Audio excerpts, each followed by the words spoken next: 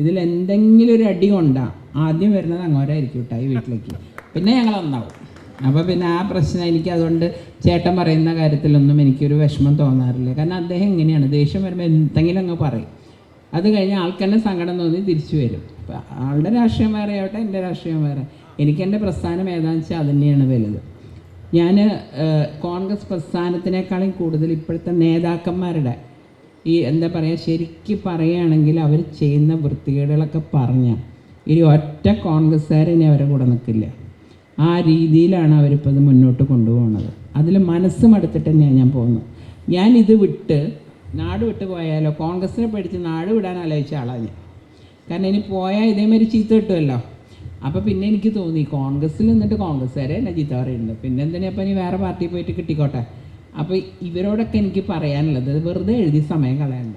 എനിക്ക് നല്ല തൊലിക്കെട്ടി അക്കാര്യത്തിൽ. കാരണം കുട്ടിക്കാലം മുതൽ എൻ്റെ പിതാവിൻ്റെ കൂടെ വന്ന് അച്ഛൻ പല കൊലക്കേസുകളിൽ പ്രതി, ഇത് ഞങ്ങൾക്ക് കോളേജിൽ പോകാൻ പറ്റിയില്ല. ഞാൻ അന്നും കോളേജിൽ പോയിരുന്നു കേട്ടോ. എല്ലാ സമയത്തും എനിക്കൊരു കോളേജിൽ പോകാൻ ബുദ്ധിമുട്ടൊന്നും ഉണ്ടായിട്ടില്ല. അപ്പോൾ അവരോട് എനിക്ക് ഒന്നേ പറയാനുള്ളത്, വെറുതെ സമയം കളയണ്ട. എനിക്ക് ഒന്ന് വരെ ഞാൻ എല്ലാം വളരെ ജോളി ഏറ്റെടുക്കുന്ന ആളാണ്. എന്താ പറയണ്ടത്, കുറ്റം പറഞ്ഞാലും എൻ്റെ പിതാവ് ഒരു വാക്ക് പണ്ട് പറഞ്ഞിട്ടുണ്ട്, നമ്മളെപ്പറ്റി നെഗറ്റീവ് പറഞ്ഞാലും പോസിറ്റീവ് പറഞ്ഞാലും നമ്മളെപ്പറ്റി പറഞ്ഞുകൊണ്ടിരിക്കണം, എന്നാലേ നമ്മൾ ജനശ്രദ്ധയിൽ നിൽക്കുള്ളൂ. അത് വിശ്വസിക്കുന്ന ഒരാളാണ് ഞാൻ. അതുകൊണ്ട് എന്നെ പറ്റിയുള്ള നെഗറ്റീവ് നിർത്തരുതേ എന്നൊരു അപേക്ഷയുണ്ട്. എന്തായാലും വന്ന എല്ലാവർക്കും, ഇവരൊന്നും പാർട്ടി പ്രവർത്തകരല്ല, എൻ്റെ സഹോദരന്മാരാണ് വന്നിട്ടുള്ളത്. ആരും മോശക്കാരെന്നല്ല. മുൻ മണ്ഡല പ്രസിഡന്റ്, ബ്ലോക്ക് വൈസ് പ്രസിഡന്റ് അവരൊക്കെ ഉണ്ട്. ഒരു 4-5 പേരും കൂടി വരാനുണ്ട്. അവർ വൈകുന്നേരം ആകുമ്പോഴേക്കും എൻ്റെ അടുത്ത് എത്തും. കാരണം അവരെ ബ്ലോക്ക് ചെയ്ത് നിർത്തിയിരിക്കുക കോൺഗ്രസ്സുകാർ. അപ്പോൾ ഇത്ര ചെറിയ കാര്യത്തിന് പോലും അവർ പേടിച്ചു തുടങ്ങി. എന്താ കാരണം? അപ്പോൾ അവർക്ക് മത്സരിക്കാൻ പോലും ആളെ കിട്ടണില്ല. ഇപ്പോൾ റോബർട്ട് വധേരയൊക്കെയല്ലേ ആ വേദിയിലേക്ക് പോകാൻ പോണേ. അദ്ദേഹം പറയണത് എന്താ, പല പാർട്ടിക്കാരെന്നെ സമീപിച്ചു. ഞാൻ സത്യം പറഞ്ഞാൽ മനസ്സ് തുറന്ന് പൊട്ടിച്ചിരിച്ച് തന്നേട്ടാ. കാരണം എനിക്ക് റോബർട്ട് വധേരനെ പറ്റി നന്നായിട്ട് അറിയാം. ഇത്രയും ഗതി കെട്ടുമോ കോൺഗ്രസ് പാർട്ടി എന്ന് മാത്രമേ എനിക്ക് അവരോട് ചോദിക്കാനുള്ളൂ. അത് ഇനി ആൾ നിന്നാലും അതിശയിക്കാനില്ല കേട്ടോ, ആൾ എന്തും ചെയ്യും. അപ്പം അതുകൊണ്ടാണ് ഞാൻ പറഞ്ഞത്, ഇവർക്ക് ഭയങ്കര, ഇപ്പം ഞാൻ പറയായിരുന്നു, ഒരു മണ്ഡലം പ്രസിഡന്റ് വന്നാൽ അടുത്ത മണ്ഡലം പ്രസിഡന്റ് ആക്കാൻ ഇവർക്ക് ആളില്ല. പിന്നെ വെച്ചവരെന്നെ വയ്ക്കുക, അല്ലെങ്കിൽ അവർക്ക് സ്തുതി പാടുന്നവരെ വയ്ക്കുക. ഇതൊക്കെ കണ്ട് മടുത്തിട്ട് തന്നെയാണ്. അതുകൊണ്ട് എനിക്ക് ഒരു റിഗ്രറ്റും ഇല്ല. എനിക്ക് ഏറ്റവും സന്തോഷമാണ്. കാരണം ഇന്ന് എൻ്റെ അമ്മ മരിച്ച ദിവസമായതുകൊണ്ട് ഒരു രാഷ്ട്രീയക്കാരത്തെയായിട്ടല്ല ഞാനിവിടെ നിന്ന് പറയുന്നത്, ഒരു മനുഷ്യനല്ല ഞാൻ പറയണു. ഏറ്റവും സന്തോഷിച്ച ദിവസങ്ങളാണ് കഴിഞ്ഞ ഒരു മാസം. മനസ്സമാധാനം അതെനിക്ക് ഇപ്പോൾ കിട്ടുന്നുണ്ട്. വേറെ ഒന്നും കിട്ടിയില്ല, എനിക്ക് കുഴപ്പമില്ല. അതാ പറഞ്ഞ് എന്തായാലും ഇവരെ ഇനി തുടങ്ങിയിട്ടേ ഉള്ളൂ കേട്ടോ. ഇവരത്തിലൊന്നും നിർത്തില്ല ഞാൻ. ഇനി ഞാൻ തുടങ്ങും. ഇനിയിപ്പോൾ അസംബ്ലി ഒന്ന് കഴിഞ്ഞോട്ടെ, അല്ല തെരഞ്ഞെടുപ്പൊന്ന് കഴിഞ്ഞോട്ടെ.